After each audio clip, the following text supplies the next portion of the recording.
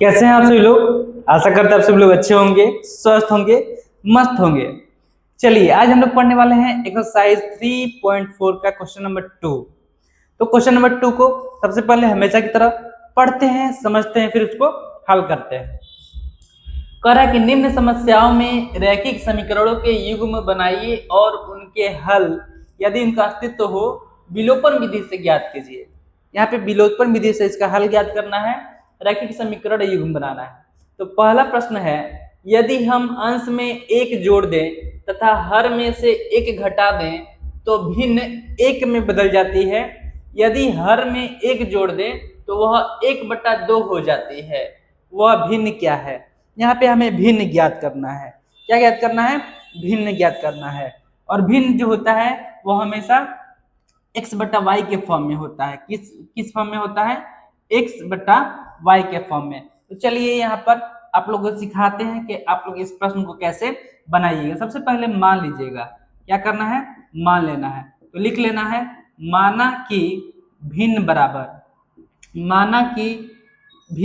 बराबर x/y, x/y। और आप लोगों को तो पता ही है कि ऊपर वाला जो होता है उसको कहते हैं अंश और नीचे वाला जो होता है उसको कहते हैं हर। ऊपर वाले को कहते हैं अंश, नीचे वाले को कहते हैं हर। तो अब चलते हैं प्रश्न अनुसार। तो हम लोग प्रश्न पढ़ेंगे कि प्रश्न में क्या कह रहा है। तो प्रश्न में कह रहा है कि अंश में एक जोड़ दें तथा हर में से एक घटा दें तो भिन्न एक में बदल जाता है।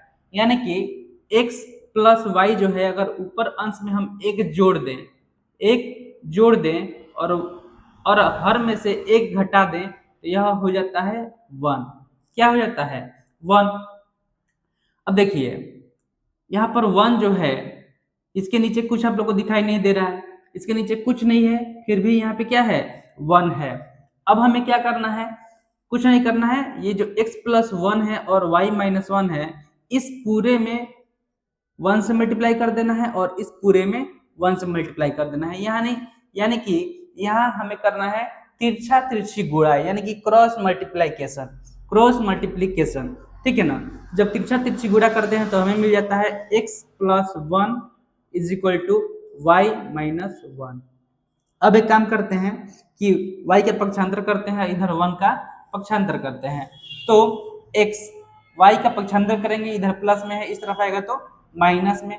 ठीक है, -1। और इस 1 का अगर पक्षांतर करेंगे, इधर प्लस में, उधर जाएगा तो माइनस में। तो हमारे पास पहला समीकरण आ गया x - y = -2। इसको हम लोग मान लेंगे समीकरण 1। कोई दिक्कत नहीं होना चाहिए। अब देखिए आगे क्या कह रहा है। आगे कह रहा है कि यदि हर में एक जोड़ तो वह 1/2 हो जाती है। तो हम यहाँ पे लिखते हैं पुनः प्रश्न अनुसार। ठीक है ना? तो यह देखिए क्या कर रहा है। कह रहा है कि यदि हम हर में एक जोड़ दें तो यानी कि x/y, और हर में क्या जोड़ना है? एक जोड़ना है, तो यह 1/2 हो जाता है। 1/2 हो जाता है। तो हम यहाँ पे अब अगर क्रॉस मल्टीप्लाई करेंगे तो हमें मिल जाएगा 2x = y+1। y का पक्षांतर करेंगे तो ये हो जाएगा 2x - y = 1। 2x - y = 1। इसको हम लोग मान लेंगे समीकरण 2। ठीक है ना? समीकरण 2 मान लिए इसको। अब क्या करना है? अब कुछ नहीं करना है। अब चूंकि हमें विलोपन विधि से इनका हल ज्ञात करना है तो हमें समीकरण 2 में से समीकरण 1 को घटाना पड़ेगा। ठीक है ना? तो चलिए यहाँ पे लिख देते हैं। क्या लिख देते हैं? लिख देते हैं समीकरण 2 से समीकरण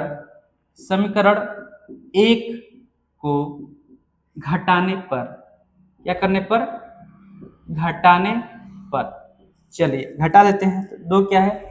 2x - y = 1 और समीकरण 1 है x minus y is equal to -2 is equal to -2। अब देखिए यहाँ पर, अब इसको घटाना है तो यहाँ पे x के पहले क्या दिख रहा है आप लोगों को? कुछ नहीं दिख रहा है, कुछ नहीं दिख रहा है यानी कि प्लस है, तो प्लस माइनस माइनस हो जाएगा, माइनस माइनस प्लस होता है, माइनस माइनस प्लस होता है, ठीक है ना। यहाँ पे आता इस y से ये y कैंसिल हो जाएगा और यहाँ पर 2x में से एगो x निकल जाएगा तो यहाँ पे x बच जाएगा इज इक्वल टू 2 2 2 और 1 3, 2 और 1 3, तो यहाँ पे x का मान आ गया 3, x का मान कितना आ गया? 3 आ गया। तो अब क्या करते हैं कि x का मान किसी भी समीकरण में रख देते हैं, समीकरण 1 में या फिर समीकरण 2 में। तो यहाँ पे लिखते हैं x का मान समीकरण किस में रखें?